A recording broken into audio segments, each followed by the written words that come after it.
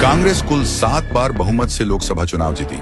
उसके बाद देश में आया वोटर आईडी कार्ड का सिस्टम और फिर कांग्रेस दोबारा कभी बहुमत ना ला सकी। जी हां, है ना चौंकाने वाली बात। 1984 के बाद से आज तक कांग्रेस को बहुमत नसीब नहीं हुआ। 5 दशक तक ये परिवार बिना वोटर आईडी कार्ड के करवाए गए चुनाव जीत कर सरकार बनाती रही। 1993 से पहले वोटर आईडी कार्ड होता ही नहीं था, बस आबादी की एक वोटर लिस्ट हुआ करती थी। आप ऐसे समझिए कि वोटर की पहचान साबित करने के लिए कोई पुख्ता प्रमाण नहीं हुआ करता था। नतीजा, तब के अखबारों में आपने धड़ाधड़ फर्जी वोटिंग, बूथ कैप्चरिंग, मर चुके लोगों के नाम से वोट और प्रशासन पर दबाव की खबरें छपा करती थीं। ऐसे में क्या ये कहना गलत होगा कि लंबे समय तक शासन में रहने के बाद सरकारी सिस्टम भी कांग्रेस के कंट्रोल में रहा होगा? तो क्या इन्हीं लूटपाट के दम पर कांग्रेस आजादी के बाद लगातार 5 दशकों तक सत्ता में बनी रही?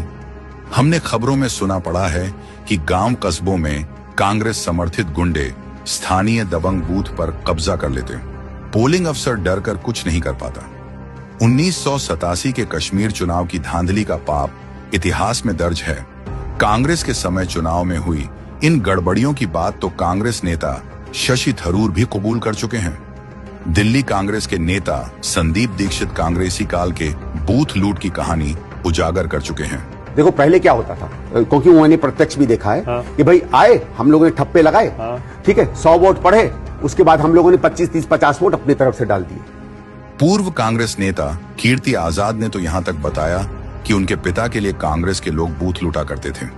कांग्रेस के समय चुनाव में धांधली का आलम यह था कि 1952 में जब मौलाना आजाद रामपुर से चुनाव हार गए तो नेहरू ने उत्तर प्रदेश के मुख्यमंत्री को धमकी देते हुए कहा कि अगर मौलाना नहीं जीतेंगे तो तुम मुख्यमंत्री नहीं रहोगे।